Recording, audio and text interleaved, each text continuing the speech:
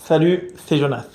Aujourd'hui, le message que je veux te faire passer, c'est je pense que tu dois absolument être ton plus grand fan. Pourquoi? Parce que si tu ne l'es pas, personne ne va l'être à ta place. Tout simplement, tu dois vraiment être le plus grand fan de ce que tu fais avec une raquette à la main.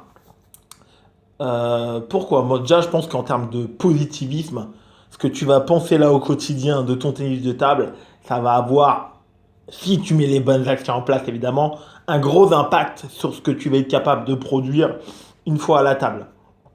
Et que tu sois le gars qui charrie, quand tu balayes tes partenaires de club, ou qui prétend que tu vas réussir à atteindre un classement qui paraît aujourd'hui complètement fantasque, bah, après plus de 20 ans de ping aujourd'hui, je pense que ta psychologie, elle est tellement importante dans ta progression. Alors effectivement, ça ne te dispense pas d'aller t'entraîner et d'être sérieux à l'entraînement. C'est pas parce que tu vas dire à tout le monde que tu vas être numéroté, que tu vas jamais t'entraîner. Bon bah tu le seras jamais, c'est comme ça. C'est tout à fait logique. Ou tu vas être tel classement mais que tu fais pas les efforts et dès que tu es en difficulté, tu pleurniches et que tu fais pas les efforts, ça c'est normal. Mais le fait d'être un peu vantard, le fait d'avoir des objectifs parfois surréalistes, mais surtout le fait d'être vraiment le plus grand fan de ton jeu, de ce que tu fais. Je le dis parce que je sais que par exemple beaucoup d'entre vous ont du matériel et là ils se laissent miner le cerveau vraiment par tous les joueurs qui vont dire c'est le matériel qui fait tout, plaque de merde, etc. Du coup ils en viennent eux, ils en viennent à le croire. Ils en viennent à le croire alors qu'évidemment 3% la plaque, 97% le joueur évidemment. Alors, tu peux prendre la raquette à Malong, tu joueras jamais comme Malong. Tu peux prendre le picot de Josie Hook, tu défendras jamais comme Josie Hook évidemment, ils se laissent miner parce qu'en fait, ils sont pas intimement convaincus de leur force, intimement convaincus du chemin qu'ils ont pris.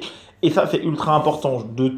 J'ai vu beaucoup de joueurs, quand ils ont commencé, des adultes, hein, je parle d'adultes, pas des jeunes, 5, 6, 7, vraiment, voilà, qui avaient l'impression même qu'ils jouaient super bien au ping, alors qu'ils sont encore au tout début en termes de classement. Et effectivement, je pense que d'avoir une grande confiance en eux, dans leur capacité, dans ce qu'ils sont capables de faire, et évidemment en mettant des actions en place, avec l'entraînement, avec un nombre de volumes de matchs, en étant sérieux et tout à l'entraînement, quand tu les revois quelques années après, bah, moi j'en ai vu beaucoup, durant ces dernières années ou même en général, vraiment atteindre des classements vraiment intéressants.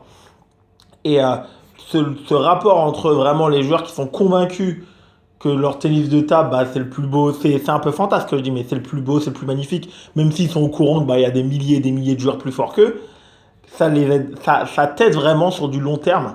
Le fait de penser ça, ça t'aide vraiment. Dezio, parce que, et même s'il y en a beaucoup qui vont te critiquer, qui vont dire, oh, mais il est pas si fort que ça, etc. Regarde tous les joueurs qu'il y a au-dessus de lui. Évidemment qu'il y aura toujours, et il y a toujours des milliers et des milliers de joueurs qui sont plus forts que toi une raquette à la main. Bien sûr, en France, alors en France et après encore plus à l'échelle mondiale, bien sûr. Mais dans ta progression, dans la façon dont tu vas aborder les matchs, dans la façon dont tu vas aller, dont tu vas t'impliquer dans ton activité, euh, je, je, je, je pense aujourd'hui que c'est quelque chose qui est vraiment bénéfique. Vraiment bénéfique pour toi. Moi, alors à titre personnel, quand j'étais jeune, j'étais pas du tout vantard ou charrieur par rapport au ping, tu vois. Il y a beaucoup de joueurs que, voilà, ils me défonçaient. Après, je suis devenu meilleur qu'eux. Bon, moi, j'ai toujours estimé, j'étais vraiment dans une position plutôt neutre en la matière en termes de revendication par rapport à mon niveau. J'ai toujours estimé que voilà, c'était à la table que je prouvais qui j'étais, et pas en parlant, et pas en me la racontant, etc.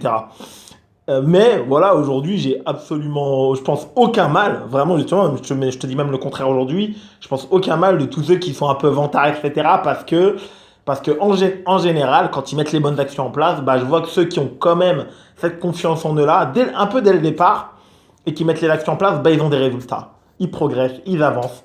Et ce qui me fait beaucoup rigoler, c'est de voir des joueurs qui sont encore en bas de l'échelle critiquer ceux qui sont très forts mais qui sont vantards.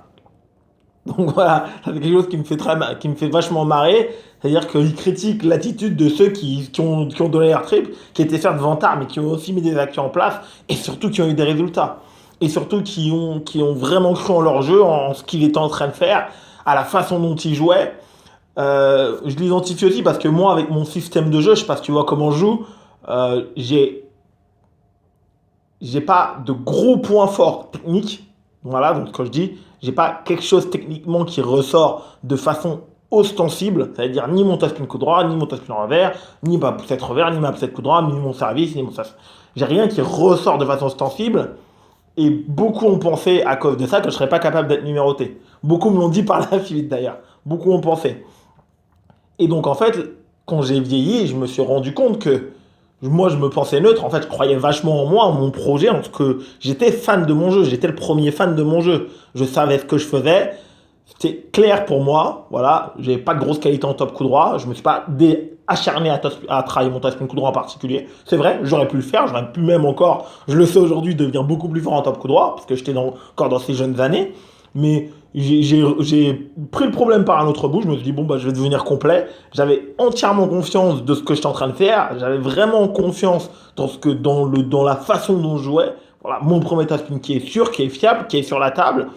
Que ce soit en coup droit en revers, de bons services remises, voilà, donc avec un bon niveau général des deux côtés. Et après, derrière, voilà, de la solidité. De la solidité. On ne fait pas la faute. Que la balle, elle aille vite, qu'elle aille pas vite, qu'elle aille dans le coup droit, qu'elle aille dans le revers. On ne fait pas la faute. On se débrouille. Et après, on se débrouille, bah, je l'ai amélioré au fur et à mesure en qualité. On se débrouille pour ajouter de plus en plus des balles de qualité. Tout ça pour te dire que j'étais et je suis mon plus grand fan. Et ça, c'est quelque chose d'ultra important. Si à chaque fois quelqu'un critique ton jeu, tu remets tout en question, ah, peut-être que je suis attaquant, bah, peut-être que je devrais contrer, peut-être que je devrais défendre, c'est impossible que tu avances. C'est impossible. Ça veut dire que tu n'es pas ton plus grand fan, que tu es deux backside, que tu es deux picots, que tu as un soft, mais peu importe comment tu joues. Moi, je peux te dire qu'un joueur qui va prendre deux picots, s'il est son plus grand fan, s'il adore voir le désespoir dans le regard des autres joueurs quand il le joue, parce qu'ils ne comprennent rien à ce qu'il fait, parce qu'il top spin, parce qu'il fait un mou, parce qu'il fait un bon, et qu'il les embrouille, et qu'il prend un plaisir à les jouer, et que c'est son plus grand fan, il va avancer. Plus que n'importe quel joueur qui a deux backside, alors que pourtant, celui qui a deux backside, on lui donne les conseils. Tout le monde connaît les bons conseils pour l'aider. Alors celui qui a deux picots, personne ne les connaît.